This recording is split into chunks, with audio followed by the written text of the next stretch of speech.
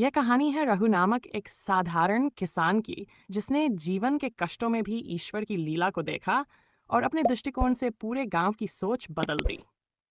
कहानी। प्राचीन भारत के एक हरियाले गांव में रघु नामक एक किसान रहता था। उसका जीवन कठिनाइयों से भरा था। बारिश समय पर न होती, फसलें सूख जाती और घर में चूल्हा जलाना भी मुश्किल हो जाता। पत्नी बीमार रहती, पाप बच्चे अधपेट सोते और गांव के साहूकार का कर्ज हर साल बढ़ता जाता। रघु कर्मठ था। सूरज से पहले खेतों में होता और रात को थका हारा घर लौटता। फिर भी मन में प्रश्न गूंजता, हे प्रभु, क्या यही है मेरे जीवन का भाग्य? वो हर सुबह मंदिर जाता, दीप जलाता और पूछता, क्या मेरी मेहनत व्यर्थ जाएगी? क्या मेरी पुकार आप तक नहीं पहुंचती? एक दिन वह थक हार कर घर से निकल पड़ा। कदम उसे जंगल की ओर ले गए, जैसे कोई अदृश्य शक्ति उसे बुला रही हो। कई घंटे चलने के बाद वह एक पीपल के वृक्ष के नीचे बैठे एक तेजस्वी साधु के पास पहुंचा। रघु ने उनके चरणों में गिरकर कहा, महाराज, मैं अब टूट चुका हूं। जीवन बोझ लगने लगा है। साधु ने अपनी आंखें खोली। उनमें करुणा और गहराई थी। वे बोले, बेटा, तू जीवन को संघर्ष मानकर जी रहा है, जबकि यह तो आत्मा की परीक्षा है। जो तू सह रहा है वह तुझे मजबूत बना रहा है, भीतर से।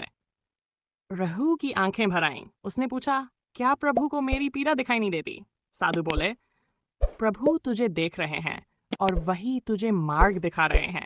दुख कोई दंड नहीं, वह तो जागृति है। जब तू हर कठिनाई को एक शिक्षा की तरह अपनाएगा, तब ही तुझे जीवन का असली अर्थ समझ आएगा।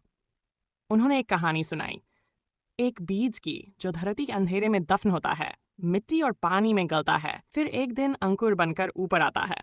क्या बीज का गलना बेकार था? नहीं, वही तो उसका पुनर्जन्म था। यह सुन रघु की आंखों में नई रोशनी आ गई। साधु ने उसे एक मंत्र दिया, प्रत्येक क्षण को प्रभु की योजना मान। जो तुझ पर बीता है वह तुझे प्रभु के और पास लाता है। रघु गांव लौटा। अब वह सुबह उठकर दुखों की गिनती नहीं करता, बल्कि प्रभु का आभार प्रकट करता।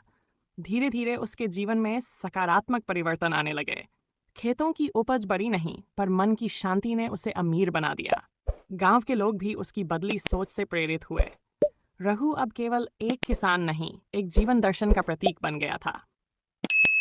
जिंदगी एक सफर है दीवाने। जीवन की ये यात्रा केवल गंतव्य तक पहुंचने की नहीं है, बल्कि हर मोड़ पर मिलने वाले अनुभवों को अपनाने की है। जब हम हर सुख दुख को प्रभु की लीला मान लेते हैं, तब ही हमें समझ आता है कि जीवन वास्तव में एक वरदान है, हर क्षण एक प्रसाद की तरह।